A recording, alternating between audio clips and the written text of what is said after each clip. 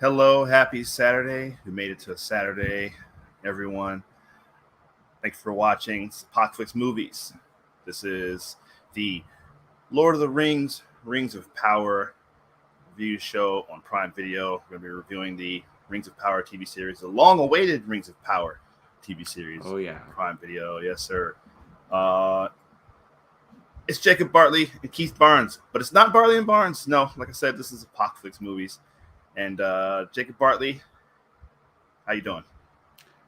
I'm doing well, man. I'm excited to talk about this, and we had very different experiences. I watched the first 2 episodes in a movie theater, and I've I rewatched the first episode at home just to kind of refresh myself. I didn't have time to rewatch the second one, but that rewatch really helped me because it was with subtitles, and as we know, there you go, Lord of the Rings with this type of lore, absolutely, you need those subtitles. So yes, Oh, see, this is definitely, and thank you. Good morning, everyone watching. It's a rare Saturday morning. I was gonna say we haven't done Saturday morning thing in a long time. We used to do Apocalypse Now on Saturday. On Saturday mornings, yes. And I don't mind it, to be honest. Wake Not up, at all. get to talk about the things we love. And yes, we see Sean in the chat. Sorry for the wait, man. Samir, how's it going? Gio, hope you watch the episodes, Gio. Gio probably is like, I'm just gonna watch the spoiler review without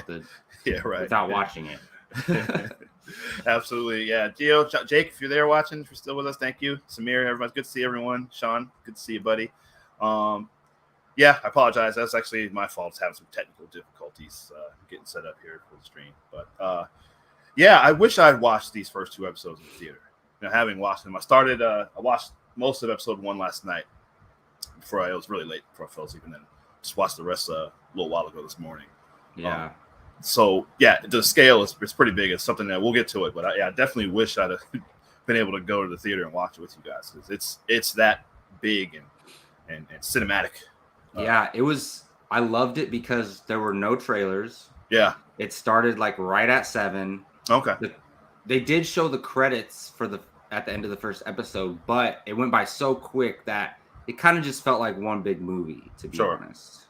And like, as far as the viewing experience, story-wise, it didn't, because obviously it's a TV show and it doesn't answer all the questions. There's no conclusions.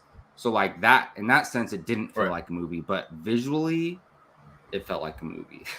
I'll tell you, listen, if they were airing this series is 8 episodes, like you said, on Prime Video. If they were airing all 8 in theaters, I would absolutely go each week. Oh, honestly, if it was like, the viewing was free if you're a Cinemark member, but if it was like $10 an episode, I would 100% go watch all of them in theaters. Yeah, I totally would. Definitely. Yeah. So let's start off. What I want to do is just to get our initial thoughts on each episodes, and then do maybe positives and negatives. So. Let's get your initial thoughts, though. Let's just go with episode. Well, let's go just overall, both episodes. What are your initial thoughts? Yeah. So, and I did a short non-spoiler review just to, get something up on the channel earlier this week. But overall, I really liked it, and I'm talking narratively and character-wise. I really liked it. Visually, I loved it. It looks beautiful. Like 90% of it looked amazing on the big screen. There's a few shots where it's like, TV intentions to movie theater didn't translate well, but for the most part, it was amazing. It was beautiful on screen, and just the character, the character designs, the set designs, everything, 10 out of 10, great. But story wise, I'm not quite yet fully on board, but I like where it's going. I would not miss the rest of this series for anything. I have to see where it's going, but so far I'm like, okay, that was pretty good. Let's see where this goes. It's kind of how I'm feeling. Okay, yeah, I can see what you mean. There's definitely a lot of stuff where I love it. First of all, I love the setup, especially the first episode. Yeah, and you can see the seeds of what's coming, what we see in the trilogy, or at least the way the And it's like thousands of years before too. Several thousands of years. Yeah. So you can see all the seeds of everything's happening. That's going to happen later on. Obviously, the setup of the potential, which we'll get to in the second episode, but the creation of one of the towers. And man, this episode, or watching these 2 episodes, I don't know about you, but it made me like never want to be immortal. Like it sounds like it sucks. just to live through like forever, basically, thousands of years. Yeah, that's crazy. It's unnecessary.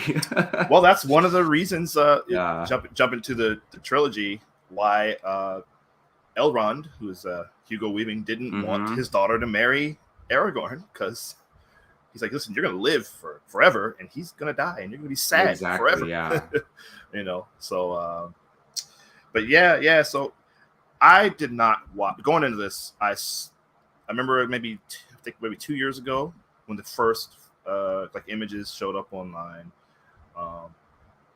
and there was little known about the series, and just knew it's going to be set during the Second Age, although the first episode starts in the First Age. But I watched the trailer maybe once for the show for us, and then I hadn't watched or read anything going into it. So I didn't know. Were you aware of any of the setup going in? Not necessarily, no, because I did watch all the trailers, but it's not like, normally, like, we used to like dissect trailers and then go look on the internet for any type of information we can find. I don't really, sorry, my phone's going off. I don't really do that anymore. So like I watched the trailer once, and then I like don't go look up theory videos or anything like that. So I knew like as much as I could know from one trailer watch of each trailer, but outside of that, I knew what era it was in.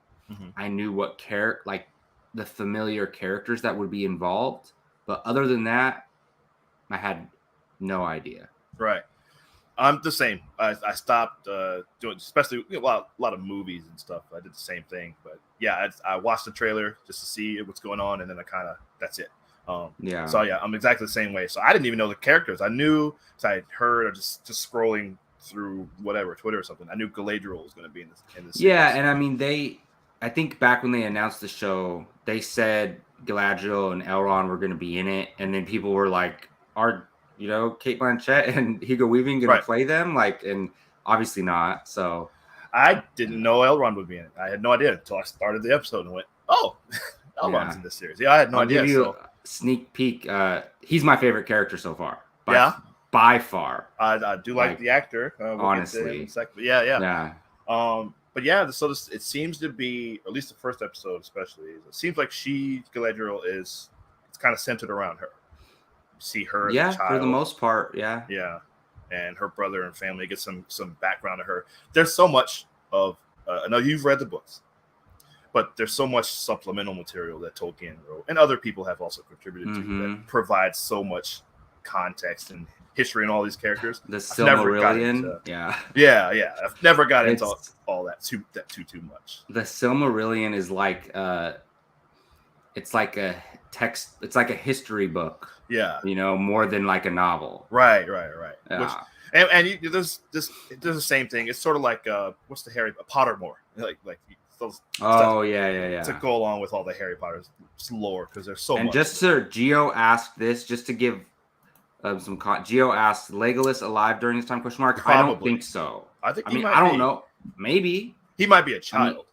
Yeah, exactly. It might be like a 5-year-old looking Legolas. That's true. I have no idea, to be honest. But he might be. Okay, so I'm a little confused, and this happens. This is shown right in the beginning, so I think this is a fair time to ask it, and you might know more than this. But the elves, where they are in the beginning when Galadriel's a child. So it's Valinor. That's like their realm. That's their where they're from, yeah. So their realm, like, just like man can't just drive a ship into their realm, right? Like, I don't think they sail a ship into their. It's like they're like passing through like a portal, kind of. It seems like it's like Asgard, and it's like you got to go through the Bifrost to get there. Exactly. Right? So it seems like that. Like they're on the same planet, kind of, but it's like. And so Yeah, so I'm saying Legolas might be there. Yeah. And he just he hasn't came to Middle Earth yet, Yeah. That's what I was saying, yeah. And it looks like her childhood is during the first age, and I don't quite know how long these ages are. It seems like they're marked by a big battle. She goes when she's explaining it, like, and it transitions from her becoming an adult and like how long they've been searching for Sauron. She says thousands, like I think she says thousands of years. She said centuries. Well, when they were searching for Sauron. She was like year upon year, centuries upon centuries. Yeah. That's just through her youth. Yeah. So it seems like though when we get to, her adulthood, where she's commander of this army, that's the second age. It's a big battle.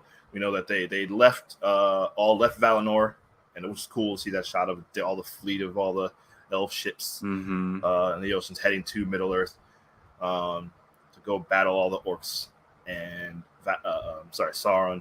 The note I wrote was elves left their home for Middle Earth, where everything sucks. Yeah, basically, yeah. Middle Earth sucks. It is just a terrible, terrible place. Even when things are seemingly good. Peaceful. Good, yeah. During times of peace, it still sucks. Still an awful place to be. But even in Middle Earth, it looks like the elves have there was a lot of cities and places I was not familiar with. They have like their capital, a Lindon or something.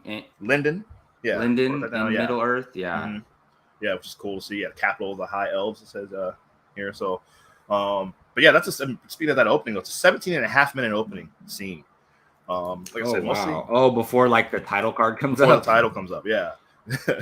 Which I noted that, but like I said, it's really cool. It gives a lot more background and history into Galadriel, like her brother, which I was not familiar with. I'd read about it, but to actually see him and that he died battling Sauron, which is pretty cool. But I just want to note the actress Morfydd Clark plays Galadriel. I was not familiar with her. I don't know. I didn't go into her bio.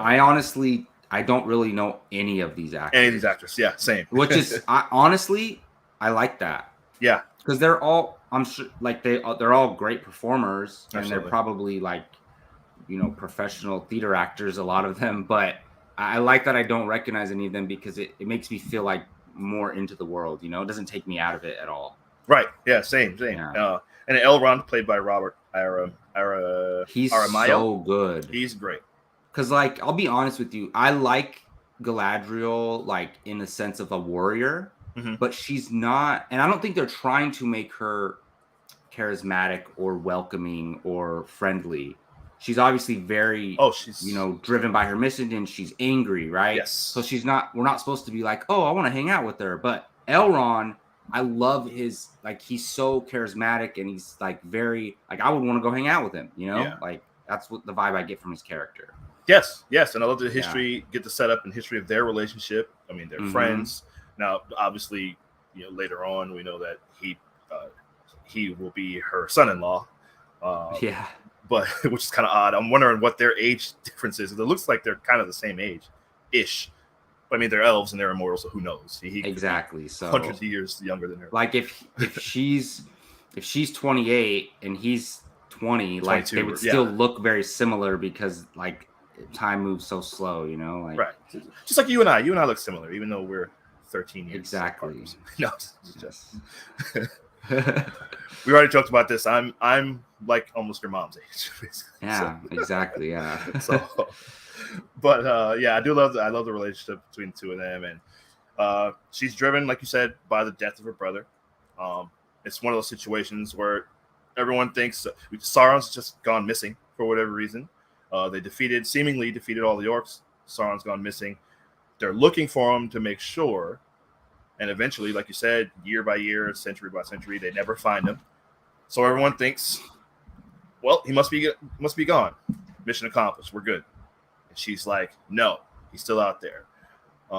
We got to keep searching. So you kind of, it's a question of, do we need to find him for this evil, or is it just her need for satisfaction or revenge? Yeah, to get revenge, because obviously he's not. If he's out there, he's not taking any action currently, right. Unless he's like under the scenes building his orc army or whatever. But Which is what she is worried about, though. She is worried. Yeah, about and which probably is what's happening. But so there's something like that they mention in the beginning of like, you know, the history lesson at the beginning, basically. And which I didn't know this. Like I'm thinking in my head going into this that Sauron's like the ultimate big bad guy, like always. Yeah. But they said this character named Morgoth Mhm. was the evil ruler of the day. and that Sauron was his most loyal servant. Mhm. That's what they say. So obviously, she says Morgoth was defeated, and then Sauron kind of took over and started building this orc army. But after centuries and centuries and centuries, he disappeared, and the orcs like disappeared too. But obviously, they're paranoid that there's still orcs out there. So I think that's important because like I think we need to keep in the back of our mind, like, what happened to Morgoth? Who is that? Right. Why is he or they more powerful than Sauron? Maybe. That's if they were. If he even is. Or Sauron probably killed Morgoth for all we know, to be honest. Yeah, which is probably what happened. I'm trying to think of a comic book equivalent because there's, I don't know, but it's Vader and Palpatine. I mean, I guess. Yeah, sure. There you go. Like, it's good. But people are Vader's just. It could be one of those situations where, you know, like Vader is Palpatine's weapon essentially, and maybe Sauron. Yeah. Is I the mean, weapon Sauron's a sorcerer, so yeah, and a very powerful one. So you know, during their search, the team, the I don't know what the word is that she has with her. Yeah, Sean Sully says Sauron is a servant of Morgoth. Sauron is basically Morgoth's chief lieutenant. Yeah. Okay. Thanks, and Sean. who obviously becomes like the most well-known villain in this world. Yeah. Yeah. So Sauron obviously takes it over. And essentially it's the same thing happens with Sauron and Saruman too eventually. You know? Yeah, that's true. Yeah. So we'll get to Saruman too in a few minutes. But yeah, her team is like, F this. We're not finding anything. We're out of here. We're going home. Which was fascinating. Like, I love that scene because you just wonder, is she this flawed character, like I said, who's driven by revenge, or is she really trying to do the right thing? It's a little bit, seems to me, a bit of both. And when I say flawed, I don't mean like she's bad or anything. Like, because she's definitely passionate about. I mean, like she's a good, like she has good intentions. Like, she's not evil or nothing, but she's kind of selfish. Exactly, because Elrond does say, I mean, how many more elves are you going to lead to their death? And like when she's leading them, she like doesn't care about their well-being. She's like, oh well, you die on my journey, I don't care. Like, I'm still focused on my mission. Like, what? Exactly. Like, who does that? And in in that sense, that could be a flawed thing. There's parallels of that. We see that in Star Wars, or at least in some other Star Wars material, supplemental material. There's General Tarkin's like that.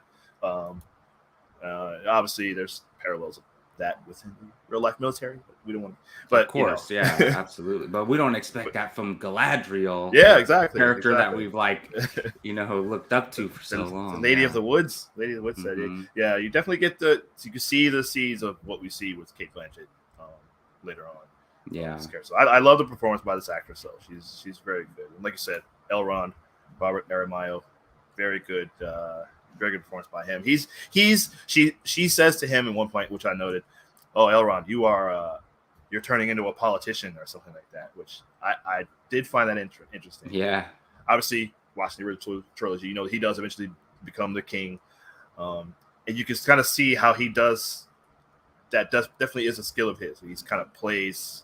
He knows how to play people into, not in an evil way, but just he knows how to get people to do. Oh yeah, he like friendly, like in a friendly way manipulates them. Like, yeah. You can see, and even with his elders, his people kind of over him, he definitely knows how to talk to them. Like, I don't want to say brown nose because that kind of sounds more negative than I want to, but kind of is like that. But it's good though, and like I say, sometimes you have to do that to like send people on the right direction, like, exactly, or to like trick someone into doing something good. You know what I mean? Like, you know. Well, and he does care about preservation of his people, and he doesn't Yeah. want any conflict. We see that with Hugo Weaving in the original trilogy. Like, he doesn't want to bring war to the elves, to Rivendell, where they eventually are in Fellowship of the Ring.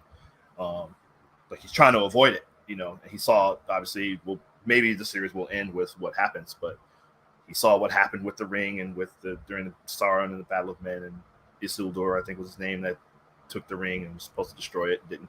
He wants to. You can see the seeds of that character. Like, he wants to avoid all this kind of stuff, you know. And so, yeah, I think it's a very good performance by him. But yeah, so then we just jump ahead. Let's see, we got Eleanor Brandyfoot. Yes, the Harfoots. Harfoots, who apparently are ancestors of the hobbits. I think there's like I was reading there are 3 different they say species, like not species, but of hobbits, and like races of hobbits. Races, yeah. Like Hobbit is a species, and then races Harfoots are like I guess the Harfoots are like I said, they're like a precursor of the hobbits. Yeah. So I was reading something that Merry and Pippin are like direct descendants of Harfoots. Oh, I didn't know that. I didn't know that, and I don't. But it was from a reputable source, and so like that's why they like. I don't know. That's why they kind of are the way they are. Like, right. I think the Harfoots are more like mischievous and like jovial, you know. Yeah. And they kind of, if you look at the Harfoots in this show, if they remind you of any characters, it's kind of like Merry and Pippin, kind of like the way they are. Yeah. Definitely. Well, the character of Eleanor, and just say shout out to this actress, she's really good. She has a little bit of Frodo in her too. A little bit. I was going to say Markella Cavanaugh is her name. Yeah, she was great, honestly. Yeah, she very good. Made me feel like, wow, I'm back in Middle Earth again. That's exactly right. I totally agree. Yeah. I wrote here another. First of all, Eleanor Brandyfoot, such a Hobbit name. Absolutely, yeah. And then what's her friend's name? A Poppy something. Poppy. I didn't get the last name, but yeah. I'll look it up. It's a funny, like, it's total Hobbit name as well. Yeah. Hobbit name. Look, Poppy Proudfellow. Yes. Very, very Hobbit name. Yes. Yeah. Very good. Another Hobbit character who wants to get out and see the world, and so that's what she's in that sense. She's very much like Frodo. So she's Luke Skywalker. Yeah, exactly. Luke Skywalker, Frodo, and the Bilbo. Classic story. Exactly. Right. Hero's journey. Hero's journey. Exactly. He wants to once there's believes there's more than just their existence, and wants to get out and explore and see whatever adventure is out there. So, so yeah, and of course, naturally, by her parents, she's being told, "Nope, stay here. Don't do anything. Don't walk off by yourself. Stay off the paths or whatever. Just stay here." Which is same thing, you know. The hobbits are always just like, we stick to the Shire, just keep to ourselves. Nobody bothers us. We don't bother them. Hey, why did they tease a wolf attack and then like they never show it? And now I don't. If you do the wolf attack in episode 3, I'm like, no, I'm over. I forgot about that. I forgot about it. Right. Because you get to set. Yeah, you sets up like, oh, there is danger. I'm assuming just to set up that there is danger beyond their borders.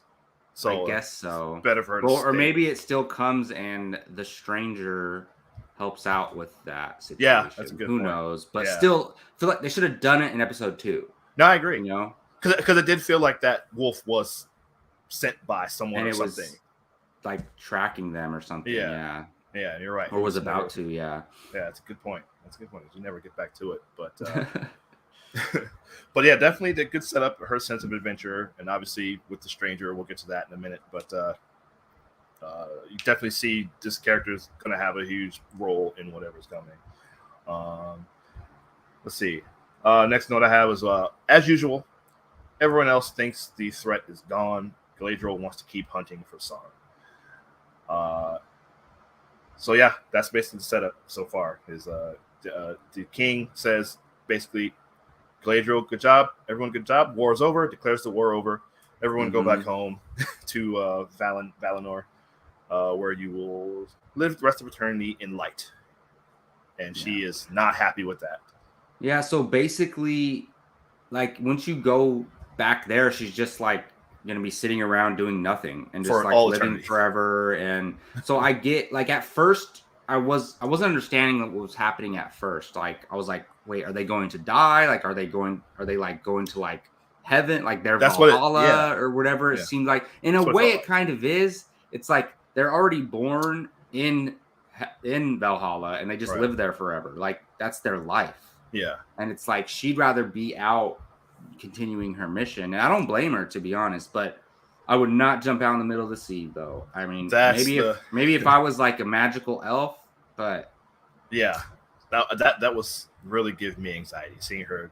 Well, and dude, I was in the movie theater, so like, and, like obviously old, we've seen movies with big bodies of water right. and like that, but just like I haven't seen one in a while, so it's like, oh my goodness, this is like so anxiety inducing. I'm watching like this big body of water, and she's just in the middle of it, right? Like, oh my goodness. Yeah, well, and, you know, they're heading towards the light of Valinor, and there's there's like this being like in the light that's reaching out for them. I thought I saw that. Am I crazy? Did you notice that? I mean, there was like definitely a shape. Like, yeah. And maybe it's just like, yeah, who knows? Just their like, deity, maybe. I don't know. Yeah, and it's like that's how they go through the portal, you know, right. to their realm. Because I guess you have to touch it in order to get in there. Yeah. Her friend, the guy that kind of sort of left her at the beginning, it's like, come on. And next thing you know, a cool shot from underwater. We see her diving in the water. And the cinematography is awesome. They made it seem like it's like impossible to come back. That's what I was wondering. See, or maybe she cannot come back on her own will. Like she has to, like they have to allow her to pass through.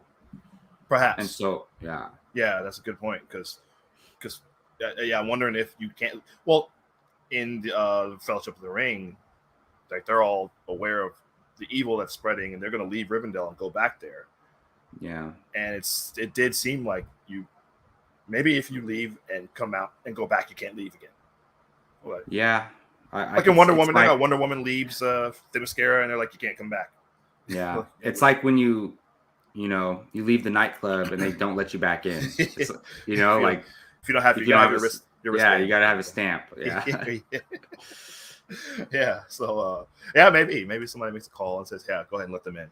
If you don't get the call, you can't come in. So, but yeah, she dives out and was going to swim all the way back to Linden. What do we call it? Yeah, Linden.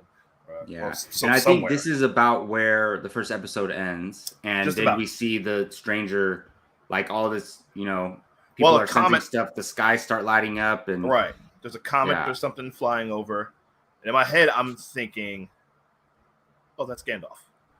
And then once they land, because I remember reading that's how he arrived on that's how the wizards arrived there on Middle Earth.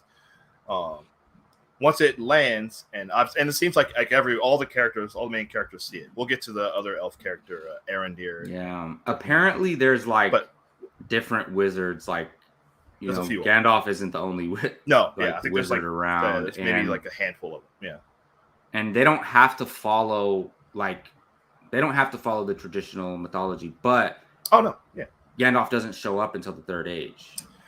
Essentially, although there is some kind of writing that said he may have arrived in the Second Age. Oh, possibly. Which I think. Yeah. I mean, and I don't mind if they adapt it, and change it at all. Well, I mean, I was just reading about this. Apparently, a lot of these events take place over thousands of years, but they're gonna condense it for this series. Oh yeah, and so I feel like that's They're already doing like hundreds of years, right? Yeah. So his arrival, and it looks we don't know who it is. It could be Saruman. We still don't know. Yeah, it could be either one of them. It seems like the most likely it's Gandalf. So we don't think it's Sauron, right? Like, because some people think it's Sauron. There is a theory that it's a version of Sauron, or at least a human form that Sauron uses, a physical form. Yeah. So I forgot the name of that creature. Did he disappear and then he came back and now he doesn't really know, or because when he is when the trees start to crumble and it gets all dark around him, it seems like an evil entity, but maybe they're trying to throw us off with that. Yeah, possibly, because there is some kind of evil spreading. We see the black goo on some of the leaves, and that cow has black goo coming out of it. When they try to milk it, so and we hear the whispers of that black language or that dark language that's being whispered. Oh, we which- did meet the other elf. Yes, Arendir. Arendir in the Arendir. first episode as well. Yeah, we didn't really talk about him yet. Yeah, very good. Israel Cruz Cordova, who's very good. He seems like he's a elf soldier. Kind of. Yes. It feels like there's some kind of like they're like the Marines of the elves. Like they're out like this. Yeah, and I think they basically like after the war ended, they stayed in certain areas. Yeah. In the Southlands, which is the lands of men. Lands of men. And they stuck around to kind of keep peace, basically. Right. And yes, and as we get here, this is during the time. Obviously, the Elf King ended the war, so that's why they have to go back. They're supposed to leave. Yeah, but it's sort of a similar to Galadriel. He feels like there's something else going on out here. Well, and he's like, okay, I want to be with this woman now. He's smitten with this human woman. Yes, Bronwyn, who's very good. Can't pronounce her name. What is up with the son, though? Why does he have that evil thing? That evil thing, and like, is he corrupted by it, or it what? Seems like it. Know what's going on, man. It seems like it because he picks it up and he hears the whispers, like kind of like sort of like when you hear the ring is around, like you hear it whispering, or the wondering. I have a bad feeling. Like I don't think the son's a bad kid yet. Yeah, but he's gonna be corrupted, I think. Well, he definitely, like most men, the elves and men don't like each other, really. Yeah. There is an alliance. Want his mom dating an elf. Right, yeah. right. The knife ear, as they call them. Which is probably like some kind of slang, a slur, rather. Insult, yeah. But well, the Comet Man lands, Eleanor Brandyfoot finds him, and her friend find him, and Mysterious Man, that kind of is the end of the episode. So when we jump to episode 2, the question, like I said, I have is question mark, the arrival of Gandalf or Saruman. This one, we get the opening titles, the actual opening sequence in episode 2. Did not get an opening one. It's pretty cool. I did note the music is by Howard Shore.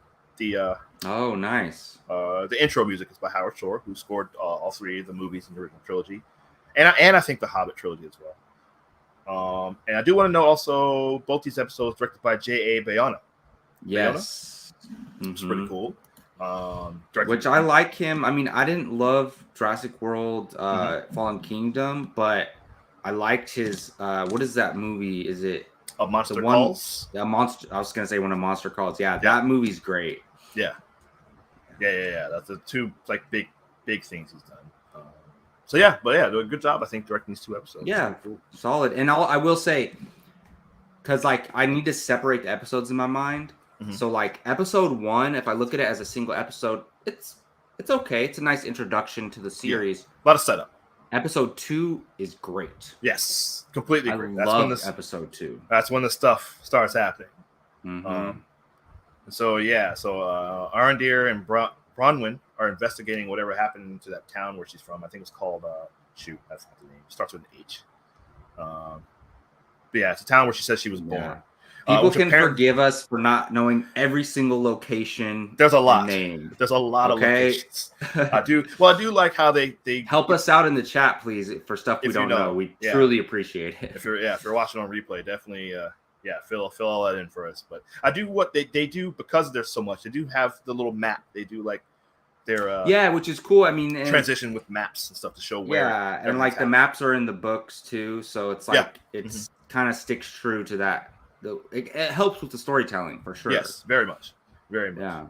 But in just these first 2 episodes, it's hard to get a sense of exactly where everything is. But they're doing they're doing as good as they can to communicate it. Absolutely. Which the movies didn't do at all. But we still love it. So they're trying to investigate what happened to this town. Arendir knows that this town was known to have been loyal to what's his name, Morgoth. So she kind of takes offense to that. She's like, well, hold on, there's people there that I know. They get there to find that the town's pretty much been destroyed and everyone's gone. So what do you think's going on there? That's interesting because I didn't catch that they were loyal to Morgoth, and if that's the case, then either like because they were loyal to him, like they were just something either Morgoth or Saruman or not Saruman, but Sauron like had something to do with the town being destroyed, or they're being punished for being loyal to Morgoth. Right. And it could be like, I think there's some behind the scenes, like we talked about. I'm guessing Morgoth and Sauron did not get along. Yeah. And maybe he, like, because they were loyal to Morgoth, maybe they weren't willing to bend the knee to Sauron. And he's like, all right, destroy your city. Could be something like that. Yeah, absolutely. Or maybe one of the other cities, or the man cities, like you said, punish them for their loyalty. Oh, yeah, exactly, yeah. Gondor or something came in and wiped them out because their allegiance to the bad guys.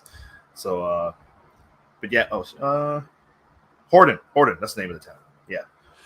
So, he's investigating that. He goes to check out some tunnels that are beneath the city. Gets captured. Yeah, aside from being stuck in the middle of the ocean, the second place I would not want to be is in those tunnels. In those tunnels, right? It's like, okay, I'm a great warrior, but like I can't really move down here. Right. So like, if there's some creature that can, then I'm screwed. Right.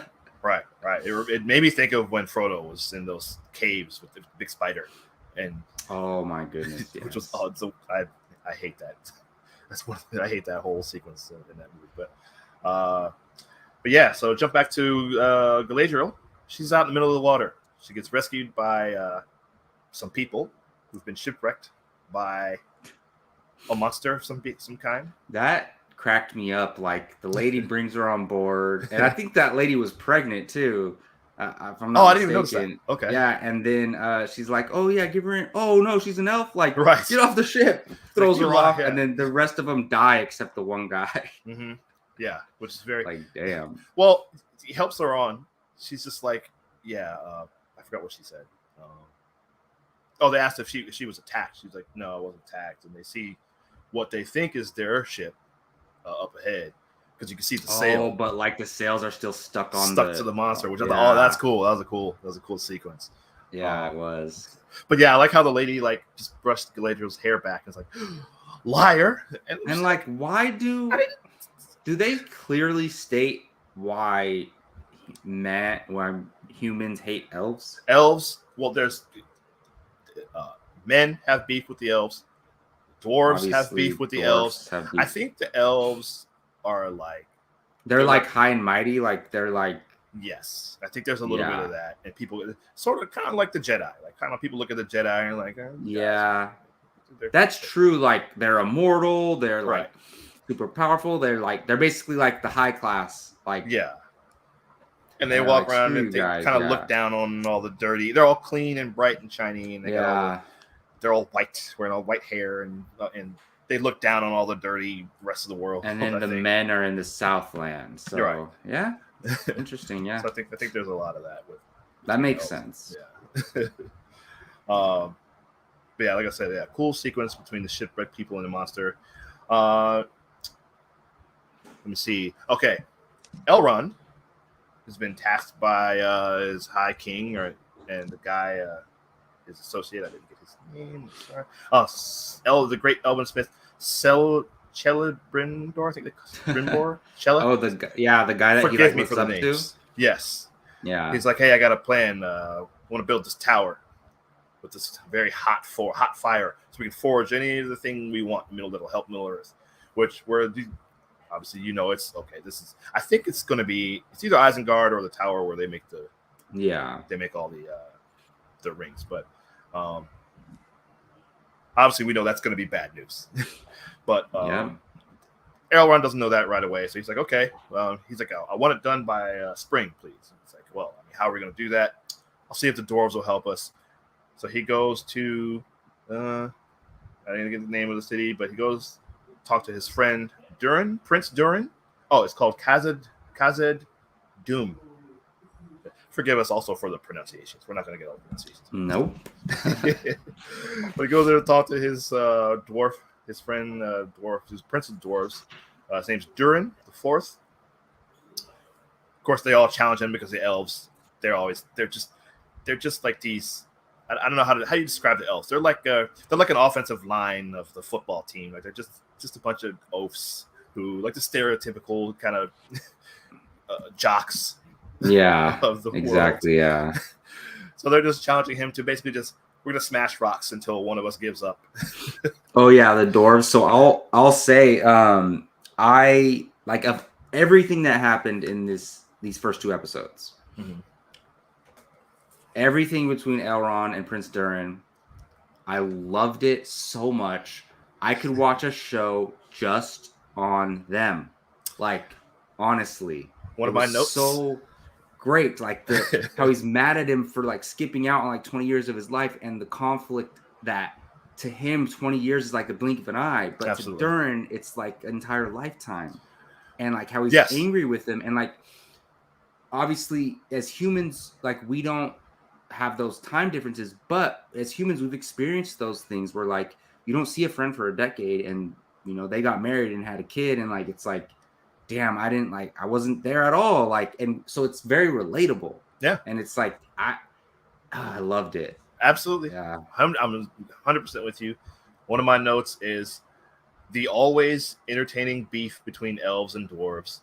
Obviously we get a lot of that between Legolas Gambley and Legolas. Yes.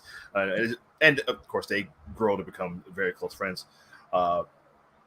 In this one, these 2 characters started as friends, or we get a sense of their history of their friendship. And like you said, when you're immortal, I mean, 20 years, it's nothing. Like it's like a couple of weeks, maybe. Exactly. Because he says to him, has it only been 20 or whatever it says when he talks to him? He's like, yeah. And he's like, Durin's like really, really mad. He's like, you missed my wedding, you missed the birth of my kids, you missed all this stuff. Like, we're supposed to be friends and you don't even come to say hello. So yeah, you're absolutely right. Like that's something I think a lot of us can relate to. You have friends. Mm-hmm. Sometimes just life just exactly. Yeah. Like just like Elrond, he didn't intentionally like mean to miss those things. It's just stuff happened. And he says as much. And and like you said, that concept of time to him is it's a different thing. Yeah. I think that's a hard thing for the dwarves to understand from the elves' perspective. Mm-hmm. Well, we don't live that way. Like that's a long, long time. Like, but yeah, so he's rightfully angry at him for not keeping in touch. I noticed one of Durin's children is named Gambley. Oh, really? So I'm wondering if there's any relation to Gimli at all. I know that Gimli's. He mentioned his cousin, who was one of the. I think maybe was the head of the operation in the mines of Moria there. But yeah, so I love that sequence too. When he meets it, he's like, okay, you can apologize. Elrond wants to apologize to his wife. Mm-hmm. He's like, all right, you can apologize and that's it. Get out of here. And you're not staying for dinner. So, of course. Of course, the wife's going to, Yep, you're staying for dinner. He's like, no, he's not. Yes, he is. No, he's not. Yes, he is. It was very funny. I like how I think the tree was a gift from Elrond, I believe. Yes. Wasn't it? Yeah. Yeah, and I like how it's like in a glass cave. Yes. Like in a it's just like that's just so cool. Like because obviously they're deep in these caves, right? Mm-hmm. And it's like I don't know. I just like the idea of that. Yeah, no, same. Yeah, same here. Yeah, that was very cool.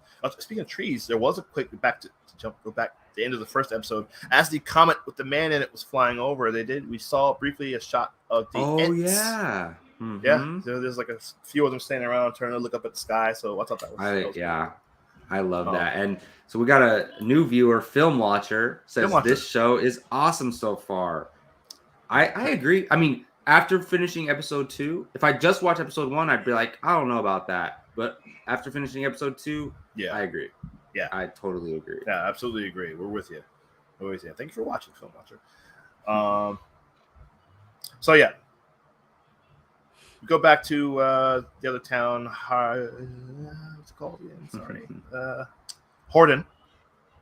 Brown kills this creature, this big monster creature, which I don't even know what that is.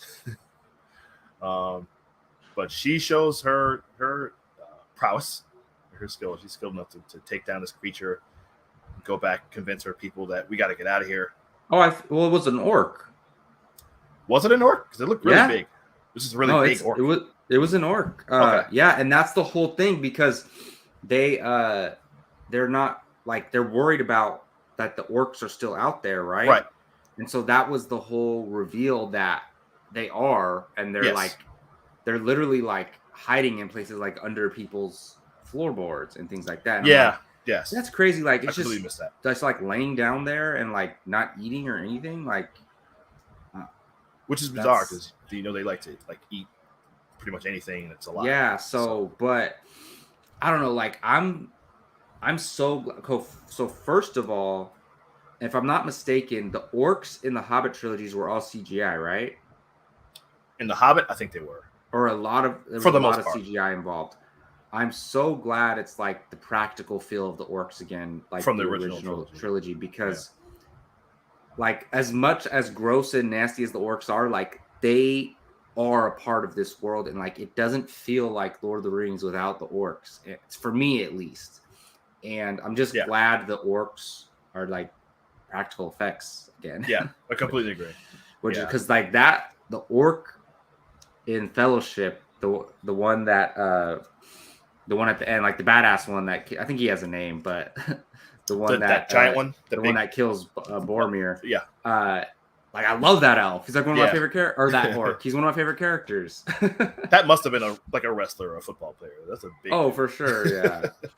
Yeah, that was a big old guy. He had like the white handprint on his face. Yeah. The white hand, the white wizard. But yeah, her and her son, get attacked by this orc. She kills it, which is pretty cool. I love how fight, like the way they had to fight the orc and the way they eventually killed it was pretty cool. Really cool. Like they show her once she finally takes it down, and then the next shot you see is her putting the head on the table there, which is I thought that was really cool. So yeah, trying to remember what. I mean, I think we could like. It's pretty much it, really. Like, well, if anything else comes up, we can talk about it. But I just think. Like, where is it going? Like, basically, we can have that conversation. Yeah, because, like I said, other than let's jump back to really quick. Eleanor and her friend, they call her Nori and Poppy, her friend. We'll hear it. They're trying to communicate with the stranger. He can't talk. He eats some snails, which was grossing me out to no one because I hate too crunchy. Yeah, I know. I was like, oh my god, it's so sick. But yeah, he obviously doesn't speak their language or any language that they know. He uses some fireflies to show like a star constellation. Yeah. That they think he's looking for, or it's either he's looking for or that's where he's from. Wasn't really sure. It's one of those two things.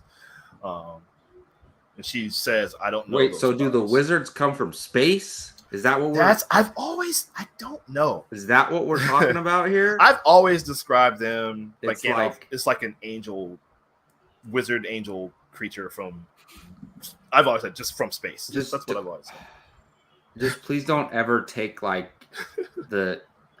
people. All right, we're going to space now and Lord of the Rings. No, I don't know. I'm not sure. That might be kind of. I don't know. I mean, other planets because like how much can you do on Middle Earth? Like, the planet's not that big, right? Like, well, wherever he's from or is looking for, it might be more from like a realm in the sky than actually outer space, like like a heaven essentially. Exactly. Yeah, I guess.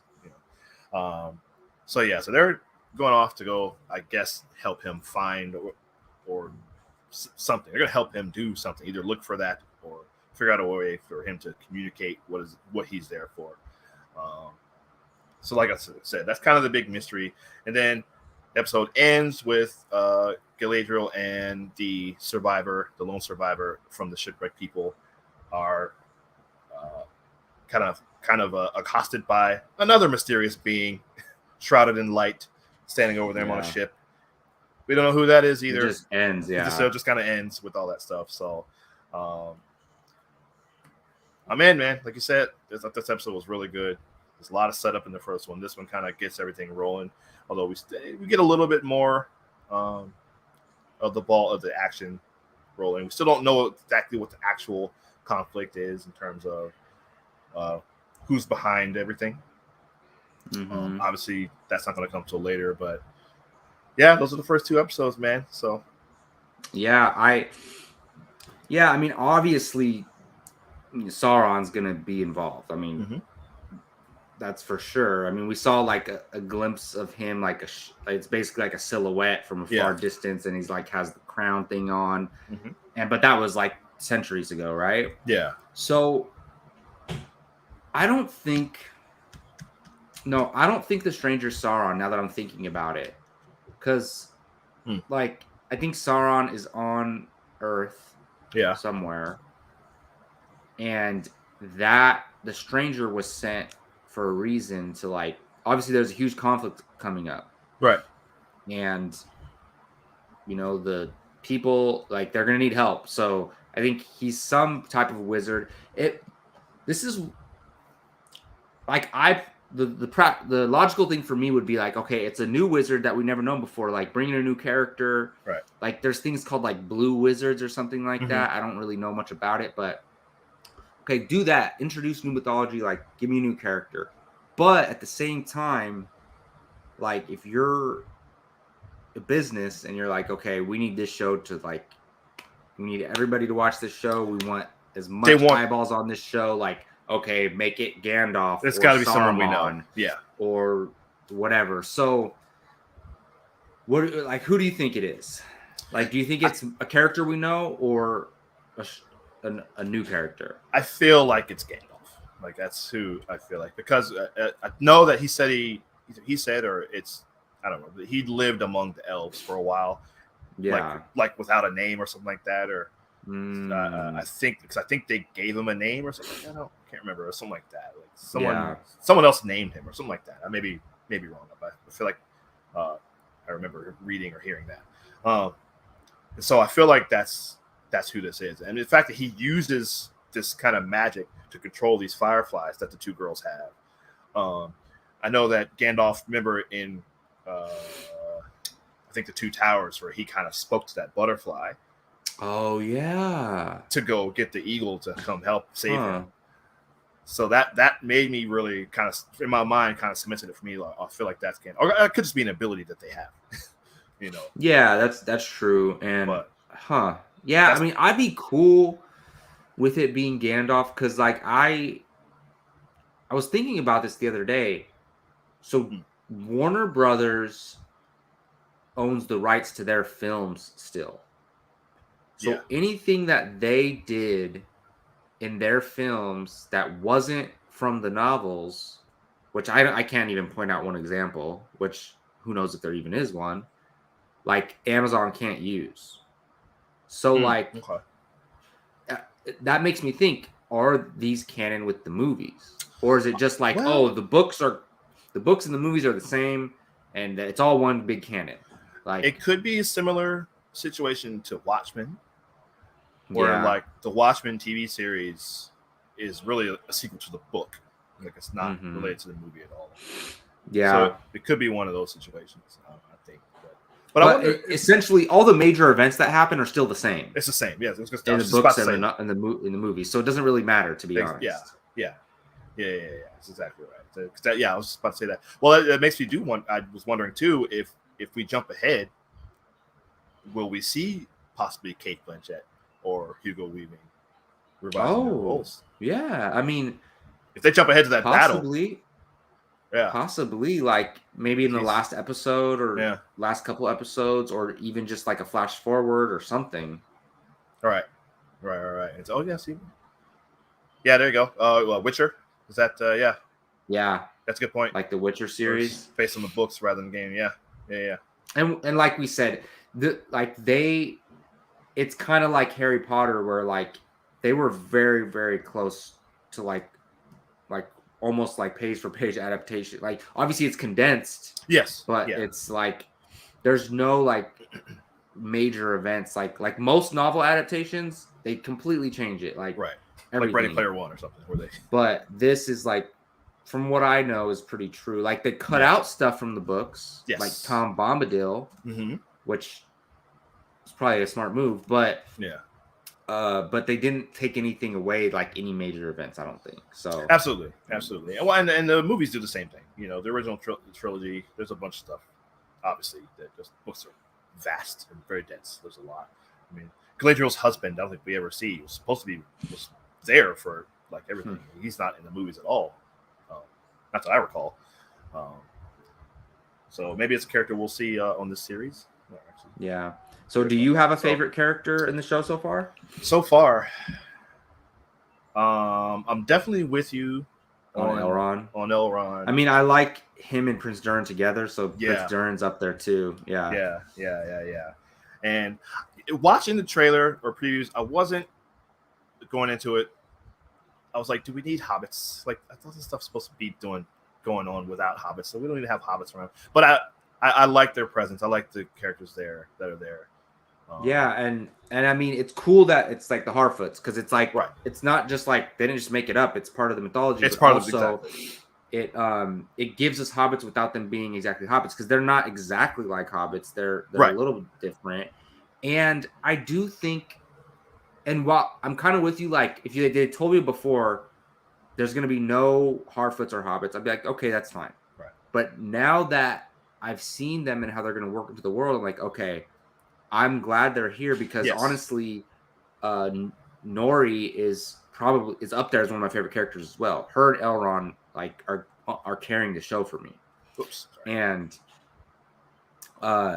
so like, and there's something to be said, like, and this is true with Frodo too, and some of the other hobbits, is that while everyone else is like, you know, everyone has like intentions, like a mission, or they have I'm looking for the word, like they have a motivation, like not greedy, but like everybody's scheming to do something. They have some kind of, like you said, mission, or they all have political goals, like they're seeking wealth, they're seeking power, they're seeking something, revenge or whatever. The Harfoots and the hobbits, they just get drawn in, enjoy life. Right. They just want to be happy, enjoy life, eat good food, drink some ale. Like they just want to chill, and they're like pure-hearted. They're like the only pure-hearted beings like out of all the other species in the world. Yeah. So I think because there's so much corruption and you know, manipulation, you know, especially when there's magic and sorcery involved, having them to kind of ground everything is important, I think. Yeah, I completely agree. They're kind of point of view characters for the audience, where they're the most normal. Exactly. Like they can't go fight in a battle, and that's how we would feel if we were in this world, you know, like so. Yeah.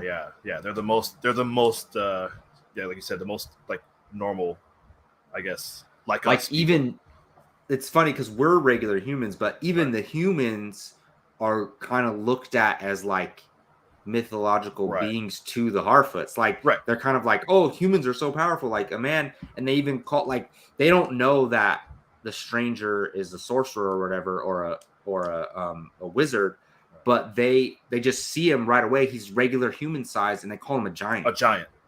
So like they would call us giants. Right, exactly. Yeah. And it does kind of provide like a sense of wonder to where, because it's funny, like it's the only world where like humans are like, it's like elves, you know, dwarves, humans, like we're just one of those other type of species. Exactly. Like trolls too. Remember trolls from The Hobbit. But exactly. Like there's nothing like really out of the ordinary that happens to these characters. The Harfoots or hobbits, like they're just, like you said, they eat and drink and have parties, and that's basically, and they have families, and that's it. So. And then like the humans are like, they just all look miserable. Like right, I know. You know what it right? You know what I mean? Like the man is struggling out here. Even like the royalty among humans, like they're always stressed about something, or there's something terrible going on. So so we get a sense of the alliance between elves and men, which apparently was the last one for a long time, which we'll see. So I like that setup, and curious. Can't wait to see what's next. Episode 3. I guess the show comes out on Thursday. Apparently, at least when I clicked on the Film Watcher says Arendelle is their favorite character so far. He's cool. I don't think we got enough of him. Like and I mean personality wise. Like I want to get to know him a little bit more. He's cool. Like I like his character design, the way he looks. Obviously, we need like some tough warrior characters, so I'm sure he's gonna whoop some butt. But yeah, I need a little bit more from him. But I he agree. did get snatched up. That's the last time we saw him. Right, exactly. To see, seeing him get So we got to see what happened with that. We got to see who's standing over Galadriel. Right. We got to see like who the stranger is. Like, there's a lot going on. So I'm ready. Yeah. Yeah. I think it airs. I think going forward, it comes out at midnight on Fridays. Midnight Friday. If I'm not mistaken. Because the home screen said Thursday. I mean, you might be right. Yeah. So that's probably what it is. But yeah, if you don't mind. I think that was just the premiere. That might have. Yeah. So, I'll look it up. But yeah, I think definitely Friday, September 9th. Yeah, from now on it's Friday. So I mean, we're gonna do Saturday mornings either way. Yeah, that's exactly. So you'll have all Friday to watch. You can hang out with us on Saturday to review. But yeah, overall thoughts. Pretty good start so far to the series. We got 8 of them coming up. So any final thoughts, Jacob Bartley? No, I mean I just hope that like, because now we're getting single episodes. Because like if we only saw episode 1, I'd be like, that was not satisfying as a series premiere. Yeah. But we got both, so that's cool. So I hope we only have 6 episodes left. So we'll see. I mean, I hope I don't want a filler episode. I thought about that too. I agree. So I'm glad it's only 8. Honestly, episode 1 was kind of a filler episode. Which is opening like, episode. It's not because we met everybody, right? And we understand the landscape of the world, but closest thing to it. Right. So yeah, I agree. Like I say, I'm excited. I love all this stuff. Love Lord of the Rings. We both do. So I can't wait to see what's next. I can't wait to. I'm hoping by the end we get to see, or at some point we see the forging of the rings and how they're all distributed to everyone. We do know that Galadriel does, at least in the books, she does get one of the rings. I think one of the dwarves' rings. I think, which she uses to fend off Sauron from the forest. So, but anyway, we'll get to that later. We'll see what's happening next. Like I said, a lot of setup here at the end of this episode. So we'll see what the reaction is going to be to the stranger when the rest of the village sees this tall, weird man that doesn't speak their language. We'll hopefully find out who that stranger is in the boat, like you said, and we'll see what happens to Arondir. Hopefully get to see him in action soon. See him doing that. I think he's going to be like the Legolas of this series, maybe. Yeah. Oh, I want some big battles, man. So, I need some big battles that aren't like flashback sequences. Yeah. Like montage type way. Like. Yeah. I'm sure we'll get it. Oh yeah. So well done, Jay Bayano, with the first 2 episodes. We like it. Hope you like it too. Leave us your thoughts. Let us know what you think of the episode if you're watching this on replay. Yeah, that's it. Thank you for watching. We'll be back next Saturday, 11 a.m. Pacific time. That's right. Jacob Bartley, tell them where they can find you online. Yeah, on Twitter at Jacob Bartley 824. That's right. I'm on Twitter also, Keith Barnes 79. You can see both of us Tuesday nights, Pacific Standard Time, 7 a.m. 7 p.m., not 7 a.m. 7 p.m. on Apocalypse Now, right here on this very YouTube channel. And then you can see us both on our own channel, Bartley and Barnes. That'll be our next episode coming up soon. Like I said, watch the next episode. Come back and join us next Saturday, 11 a.m. Talk about episode 3, Lord of the Rings, Rings of Power. That's our review show. Thank you all for watching. We'll see you then.